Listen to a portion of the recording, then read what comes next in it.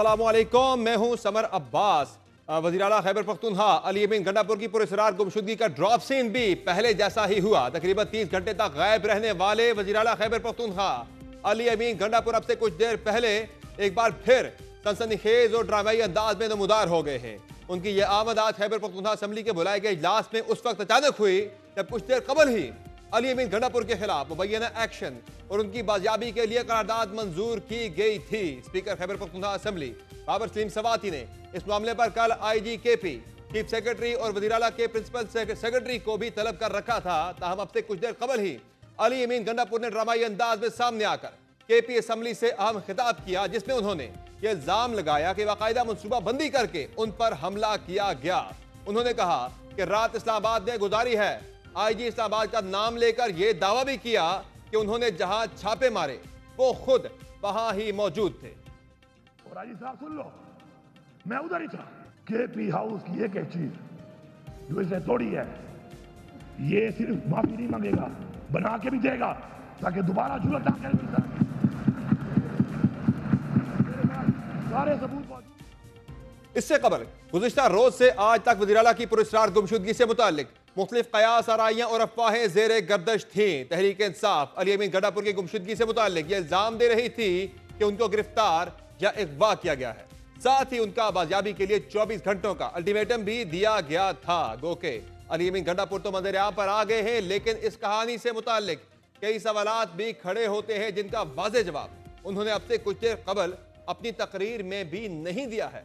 अहम सवाल यह है कि गुज़िश्ता रोज अली अमीन गंडापुर एक काफिले की सूरत में इस्लामाबाद की तरफ आ रहे थे और उन्होंने बुरहान इंटरचेंज पर ऐलान किया था कि वो हर सूरत डी चौक पहुंचेंगे, तो रेड जोन से पहले यू टर्न लेकर वो केपी हाउस क्यों गए? और फिर अगर हुकूमती इल्जामात की बात की जाए तो क्या वाकयतन अली अमीन गंडापुर केपी हाउस के अक़वी दरवाजे से ही रवाना हुए थे? जैसे कि तहकीकाती ज़राए की जानिब से आज एक वीडियो भी सामने आई थी जिसमें अली अमीन गंडापुर से मुताल्लिक ये कहा गया था कि वो केपी हाउस में 3:24 पर दाखिल हुए और 4 बजे अली अमीन गंडापुर अक़वी दरवाजे से केपी पुलिस एहलकारों के सिक्योरिटी हजार में बाहर निकल गए। यह भी इल्जाम आयद किया गया था कि अली अमीन गंडापुर ने केपी हाउस से बाहर निकलते हुए कपड़े भी तब्दील किए थे। तहकीकाती इदारे ने दावा किया था कि अली अमीन गंडापुर 40 मिनट से भी कम वक्त तक केपी हाउस में रहे और अपनी मर्जी से वहां से मुकम्मल सिक्योरिटी हिसार में मफरूर हो गए। वो कि हुकूमत इन मनाज़िर को नाकाबिल तरदीद शवाहिद गर्दान रही है, लेकिन इस मुतालिक केपी हुकूमत के तर्जुमान बैरिस्टर सैफ का भी मौक़िफ़ आया था। बैरिस्टर सैफ का कहना था कि जारी करदा तस्वीर केपी हाउस से निकलता शख्स सूबाई वज़ीर पुख्तून जार है। बैरिस्टर सैफ के मुताबिक अली अमीन गंडापुर के बारे में गलत मालूमात फैलाई जा रही है। जाली हुकूमत एक झूठ छुपाने के लिए 100 झूठ बोल रही है। ताहम हुकूमत का इसरार है कि अली अमीन गंडापुर खुद ही रुपोश हुए या वज़ीर दाखिला मोहसिन नकवी के बकौल अली अमीन गंडापुर केपी हाउस से खुद भागे थे, जिसके शवाहिद भी मौजूद हैं। जबकि गवर्नर केपी फैसल करीम कुंडी गुज़िश्ता रोज से अली अमीन गंडापुर की जानिब से एहतजाज छोड़कर जाने को अंडरस्टैंडिंग करार दे रहे हैं। हम आपको कंफर्म कर रहे हैं कि ना वो पुलिस की हिरासत में, ना वो किसी और इदारे की हिरासत में, वो खुद भागे में। और डेफिनेटली मुझे नहीं पता कि उनको क्या वो है, किस वजह से, लेकिन डेफिनेटली अगर वो इस्लामाबाद की टेरिटरी में हुए तो हम उनको ज़रूर, इस्लामाबाद पुलिस उनको ज़रूर ढूंढ रही है। डेफिनेटली जो अपने वर्करों को छोड़ के वहाँ से भागे हैं और सीधा पहुँचे इस्लामाबाद, और वो भी डी चौक के बजाय केपी हाउस पहुँचे हैं और उधर से फिर गायब हुए हैं, तो अंडरस्टैंडिंग होती है। ऐसे तो नहीं आ सकते कि आप आ गए हैं और आप जो है वो केपी हाउस पहुँच गए और उसके बाद जो है ना गायब हो गए। आखिर अली अमीन गंडापुर कहाँ चले गए? कल से उनका दावा तो यह है कि वो केपी हाउस में मौजूद थे, जबकि बड़ी आज पूरा दिन चहमगोइयाँ चलती रही। वफाकी हुकूमत कहती रही कि वो खुद से रूपोश है, जबकि केपी हुकूमत ये कहती रही कि अली अमीन गंडापुर को अगवा किया गया है, गिरफ्तार किया गया है। हुआ क्या सारा, वो कहाँ चले गए थे? बात करेंगे। हमारे साथ मौजूद हैं सीनियर सहाफ़ी एजाज सैयद साहब, जबकि हमारे साथ मौजूद हैं पेशावर असम्बली के बाहर से आमिर जमील, जो कि नुमाइंदा दुनिया न्यूज़ से, उनसे जानने की कोशिश भी करेंगे कि गंडापुर साहब की वहाँ पे जो उनकी एंट्री थी वो कैसे हुई, वो किस अपने क्या प्रोटोकॉल के साथ ही वहाँ पर पहुँचे, कैसे वहाँ पर पहुँचे। एजाज सैयद साहब, पहले आपकी तरफ आते हैं। ये बताएंगे कि आपने ही लास्ट टाइम खबर दी थी कि जब गंडापुर साहब संजानी के जलसे के बाद गायब हो गए थे, तो आपने दावा किया था कि वो इस्लामाबाद में मागला हिल्स के सामने एक बिल्डिंग में चले गए थे, रात उन्होंने वहाँ गुजारी थी। तो ये 30 घंटे गंडापुर साहब कहाँ रहे और अब वो अचानक से मंजर आप पर आ गए हैं? समर, बहुत शुक्रिया। समर, कल जब अली अमीन गंडापुर गायब हुए तो मैंने एक दफा फिर बताया था कि अली अमीन गंडापुर अपनी मर्जी से एक इमारत में गए हैं जो कि मारगला रोड के ऊपर वाक़ है, और अली अमीन गंडापुर कल तकरीबन 10-11 बजे तक की मेरी मालूमात यही थी कि वो वहां पर मौजूद थे और अपनी मर्जी से वहां पर मौजूद थे। दरअसल अली अमीन गंडापुर दो जो तरफ की खेल खेल रहे हैं, वो इस्टेब्लिशमेंट से भी अपने ताल्लुकात चाहते हैं कि कायम रहे और वो चाहते हैं कि जो गवर्नमेंट है जो उनकी हुकूमत भी कायम रहे और साथ ही साथ वो चाहते हैं कि जो सूरत हाल है उनकी इमरान खान के साथ जो एतमाद की फिजा है वो भी कायम रहे। तो ये वो वजह है जिसकी वजह से अली अमीन गंडापुर अब बता नहीं सकते कि वो क्यों बार बार ये इकदाम करते हैं। और मैं आपको ये भी बताऊं कि अली अमीन गंडापुर जो है वो यकीन दिलाया हुआ है उन्होंने मुतलका हुकाम को कि वो एससीओ की जो मीटिंग है उससे पहले वापस एहतजाज में नहीं आएंगे। वो अगर इस्लामाबाद में होते तो उनकी पार्टी लीडर ने उन्हें वाज़ेह तौर पर कह रखा था कि वो डी चौक में बैठेंगे, एहतजाज करेंगे जब तक जो आईनी तरमीम है वो डिफ्यूज नहीं होती। अगर वो मंजर आम पर आते तो उन पर ये दबाव होता कि वो बैठते।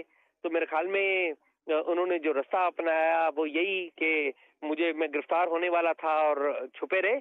ये पूरी अंडरस्टैंडिंग है और एक पूरी अंडरस्टैंडिंग के तहत ही वो इस्लामाबाद आए थे और इसी अंडरस्टैंडिंग के तहत वो छुपे रहे। तो क्या एजाज सैयद साहब, वफाकी हुकूमत को इस बारे में इल्म नहीं था कि आज दोपहर तक भी हम जो वज़रा के बयान सुनते रहे, मोहसिन नकवी साहब के बाकी वज़रा के, उससे तासुर यही आता रहा कि वो बिल्कुल ला इल्म है कि वो कहाँ पर हैं। गंडापुर साहब खुद भी ये कह रहे हैं कि मैं केपी हाउस में ही रात को मौजूद था, वहाँ आईजी इस्लामाबाद ने 4 छापे भी मारे लेकिन उन्हें नहीं पता चल सका मैं वहाँ पे मौजूद था।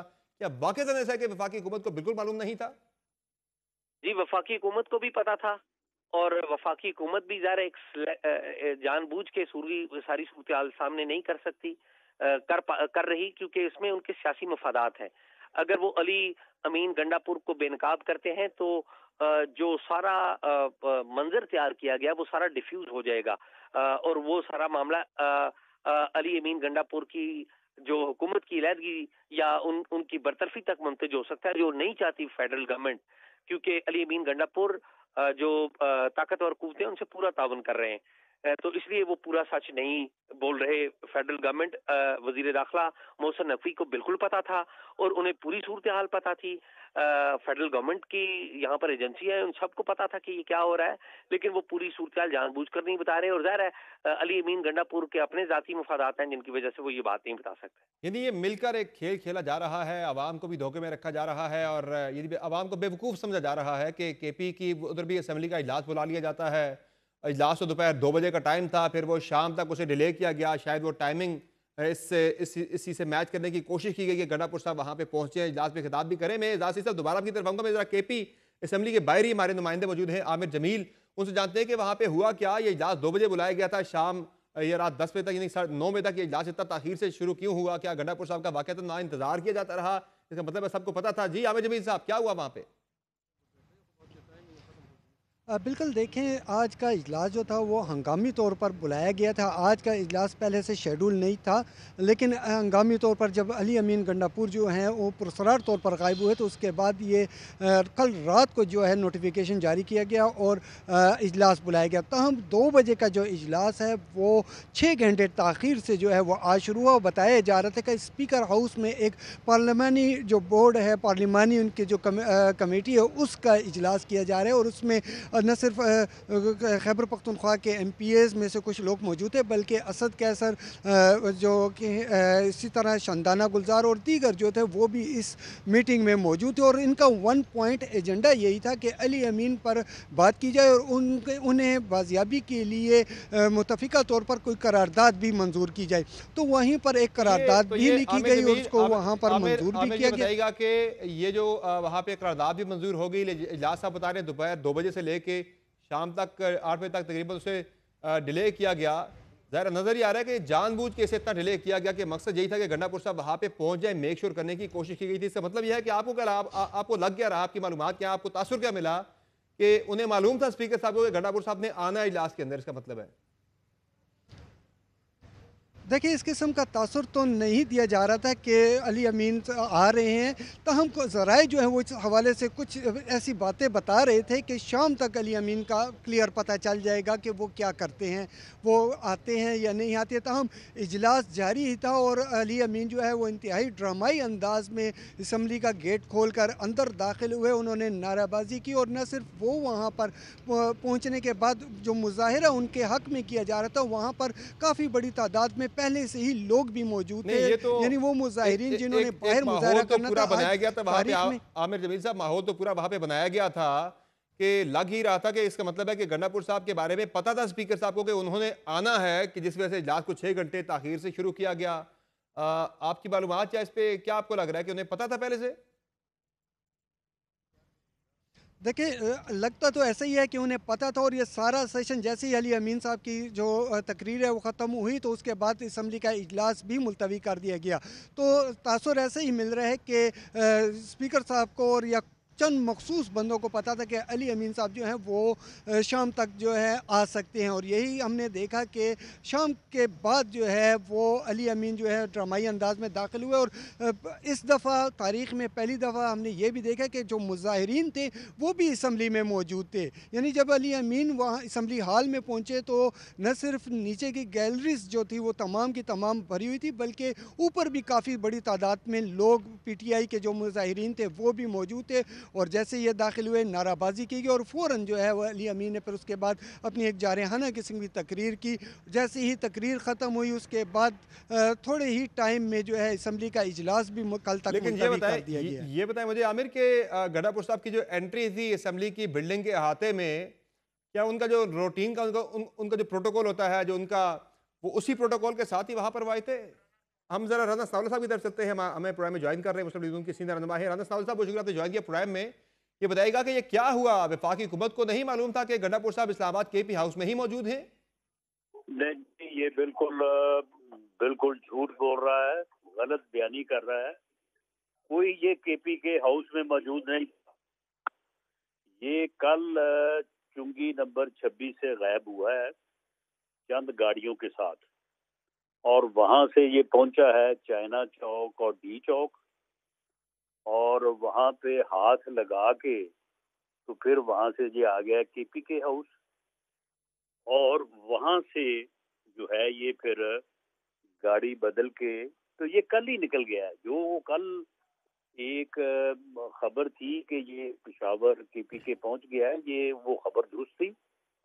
ये कल ही, इससे पहले के रेंजर या पुलिस इसकी गिरफ्तारी के लिए वहां पे गई है केपी के हाउस में, ये उससे पहले निकल गया था। और वहां पे जाके फिर इन्होंने ड्रामा ये किया कि क्यों ना इसे जो है वो गैब रखा जाए और प्रोपेगेंडा किया जाए पूरी दुनिया में कि जनाब देखें इस मुल्क में तो जो है वो चीफ मिनिस्टर जो है वो मिसिंग पर्सन हो गया है। और उस ड्रामे की आड़ में जो है वो पाकिस्तान को बदनाम करें, पाकिस्तान के अदारों को बदनाम करें, पूरे दुनिया में जो है वो पाकिस्तान को का एक इस तरह का चेहरा जो इनकी कोशिश होती है उसको पेश करें, और जो शंघाई कॉन्फ्रेंस है उसके ऊपर असरअंदाज हूँ। तो वो ड्रामा आज इन्होंने सारा दिन किया, लेकिन वो बात फिर चल नहीं सकी, वो उसे लोगों ने बाई नहीं किया, और ये फिर बात जो है वो आगे एग्रीवेट होती चली गई। तो उसके बाद फिर इन्होंने जो है ये जो 5 घंटे से इन्होंने जो असेंबली का इजलास लेट कर रहे थे, तो यही मशवरा कर रहे थे आपस में कि क्या करें, इसको गायब रखें, ये प्रोपेगेंडा चलाएं और 1 दिन चलाएं, 2 दिन चलाएं, 4 दिन चलाएं, या इसको जो है वो सामने ले आए। तो फिर बिल आखिर 5 घंटे बाद इनका फैसला हुआ, तो फिर ये इजलास शुरू किया, और उसमें आके उसने, आप मुझे बताएं कि क्या लोग पागल हैं? लोगों को समझ नहीं है। ये कहता है मैं 12 जिले जो है वो क्रॉस करके आया हूँ। वो कौन से 12 जिले हैं जी? यानी इस्लामाबाद में बंदा मौजूद हो तो उसे खैबर पख्तूनख्वा जाने के लिए कौन से 12 जिले जो है वो क्रॉस करने पड़ते? उनका नाम तो बताया ना कौन से जिले। यहाँ से आप ये ऊपर की तरफ जाएं तो मेरा ख्याल है टोटल 5 किलोमीटर के ऊपर जो है वो केपीके की जो है वो अपना जो है वो बाउंड्री शुरू हो जाती है। ऊपर ये जो अपना होटल है शायद वो आजकल शायद उसे बंद कर दिया गया है। मागला हिल्स के ऊपर से अगर आप हाँ, जाएं तो मार्गला हिल से, काफी आगे शुरू यानी हो जाता है। मार्गला हिल के दूसरी तरफ जो है वो आदमी ज्यादा से ज्यादा 1 घंटे में जो है वो वहां पे जो है वो पहुंच जाता है। और हो सकता है ये किसी प्राइवेट गाड़ी में उधर से ही गया हो, तो वो सड़क अच्छी भली है। तो ये 12 जिले कौन से ये क्रॉस करता रहा। मुझे सही। जी एक आदमी मिला, फिर मुझे दूसरा आदमी मिला, तो मैं 12 जिले क्रॉस। यानी जब आदमी झूठ बोलता है ना, तो वो कहते हैं ना कि चोर जो है ना, वो जब चोरी करता है तो कोई ना कोई निशानी जरूर छोड़ जाता है। सही। तो जब आदमी झूठ बोलता है तो वो कोई ना कोई बात उससे जरूर हो जाती है। अब लेकिन राणा आप साहब, इसकी ये आपकी पूरी वफाकी हुकूमत को भी तो रूद आप सुन लें, तो ये जी। कहता है मैंने 12 जिले क्रॉस किए। अब ये 12 जिले पूरे करने के कौन से जिले इसने क्रॉस किए?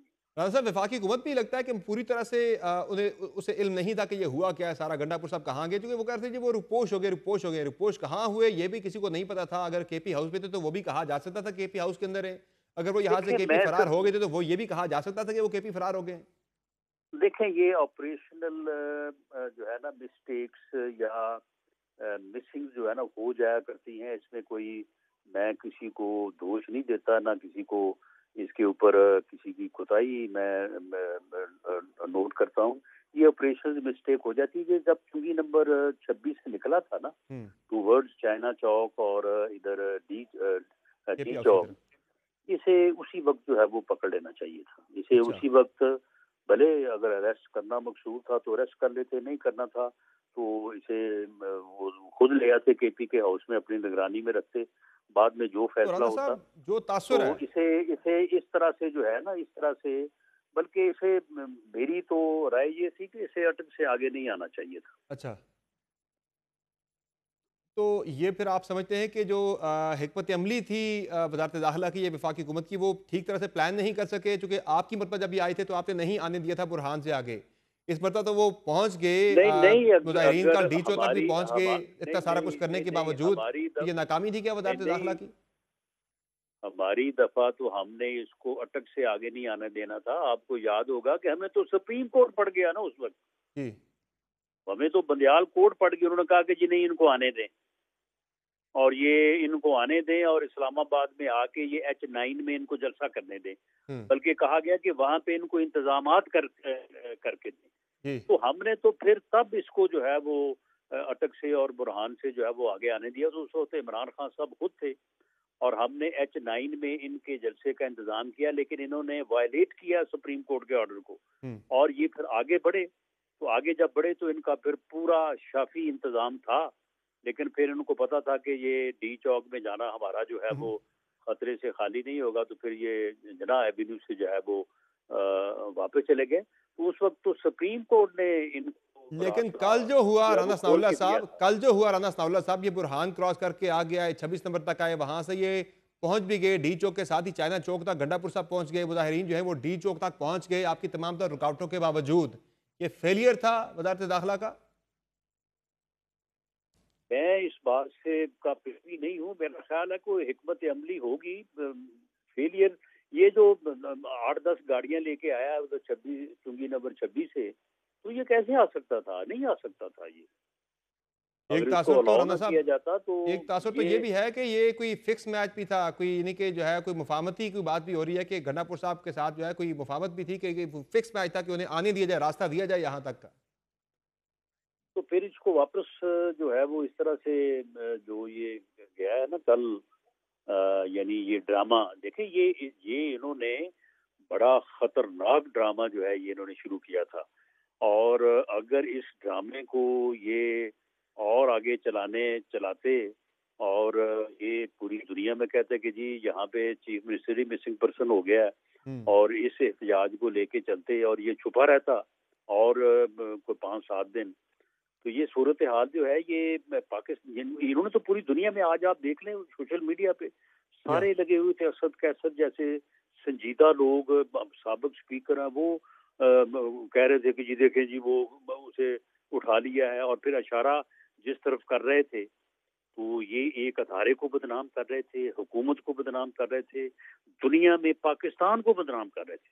यानी पाकिस्तान का एक ऐसा चेहरा पेश करने की कोशिश कर रहे थे कि जो ये सारी कोशिश हो रही है, आप मुझे बताएं कि अगर ये इकोनॉमिक बहरान ये दूर हो जाएगा तो गरीब आदमी अगर कोई सुख का सांस लेके कोई अपना जो है वो कोई अपना कोई आसानी से जो है वो अपने बच्चों का पेट पालने लगेगा, को लोगों को महंगाई से निजात मिल जाएगी, तो लोगों के मुआशी हालात दुरुस्त हो जाएंगे, तो क्या उससे आप मुझे बताएं कि ये कोई पीएमएलएन का फायदा है या सिर्फ जो है वो पीएमएलएन को इससे, यानी ये पाकिस्तान का मसला हल नहीं होगा, ये को पीएमएलएन का सियासी जमात का मसला हल होगा। तो बहरहाल ये लोगों को ये समझना चाहिए कि ये एक फितना है, ये मुल्क में अफरा तफरी चाहते हैं, लेकिन ये मुल्क में फसाद चाहते हैं, इनका कोई सियासी एजेंडा नहीं है। आपके पास क्या हाल है इसका राना साहब? आपके पास क्या हाल है? वफाकी हुकूमत है, आपके पास 100 ऑप्शन है, आपके पास हाल क्या है इस सारी सूरत हाल का कि वो ऐसे ही एहतजाजी मुजाहिरों की कॉल देते रहेंगे, आप शहर बंद करते रहेंगे? देखें, नहीं, मैं बिल्कुल हम इसके ऊपर जो है वो हमारे तहफ़्फ़ुज़ात हैं, हम इसके ऊपर बैठेंगे।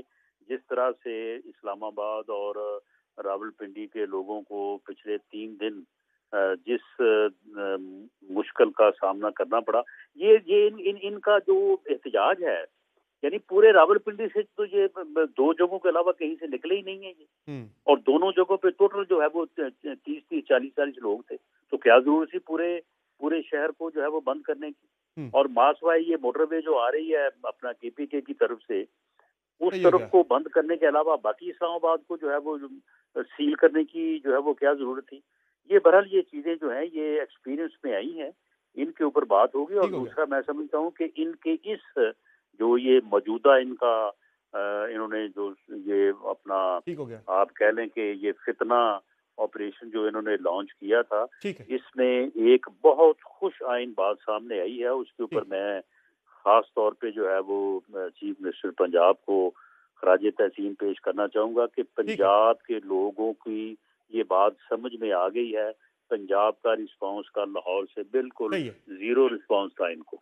बहुत शुक्रिया राना सनाउल्लाह साहब, आपने ज्वाइन किया प्रोग्राम में। नाज़रीन, आप गुफ्तगू सुन रहे थे राना सनाउल्लाह साहब की, मुशीर हैं वज़ीर आज़म के, जिनका कहना है कि गंडापुर साहब ने ड्रामा किया जो कि सब कुछ बुरी तरह से एक्सपोज हो गया है। बात करेंगे मज़ीद इस सूरत हाल के हवाले से।